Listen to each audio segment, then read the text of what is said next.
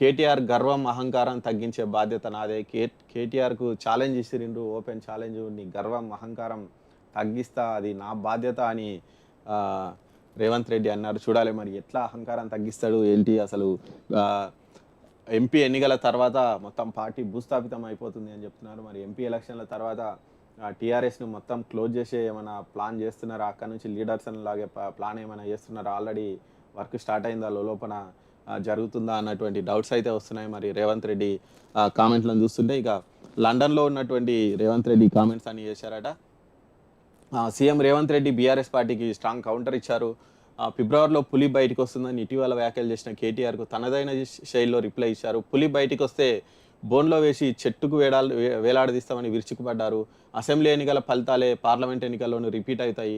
వచ్చే ఎన్నికల్లో బీఆర్ఎస్‌ను 100 మీటర్ల లోతులో బొందపెడతామని స్ట్రాంగ్ కౌంటరు ఇచ్చారట. మరి చూడాలి ఎవరిని బొందపెడతారు ఏంటి? వచ్చే పార్లమెంట్ ఎలక్షన్‌లలో మనకు ఇంకొక స్పష్టమైన క్లారిటీ వస్తుంది. ఎందుకంటే ఈ 100 రోజుల్లో మేము హామీలు అమలు చేస్తామని వీళ్ళు చెప్తున్నారు. ఆల్రెడీ 100 రోజులకు సంబంధించి ఆల్రెడీ మనకు 50 రోజుల వరకు దాదాపు పూర్తయింది. ఒక 50 రోజులే టైం ఉంది. మరి హిట్ అవుతదా? ఫ్లాప్ అయితదా? ఏంటి అనేది చూడాలి. సినిమా అయితే ప్రెజెంట్ నడుస్తుంది. జనాలు చూస్తున్నారు. మరి 100 డేస్ ఫంక్షన్ వస్తే గాని నిజంగా అది హిట్ అయిందా? ఫ్లాప్ అయిందా? అనేది మనకు అప్పుడు తెలుస్తది.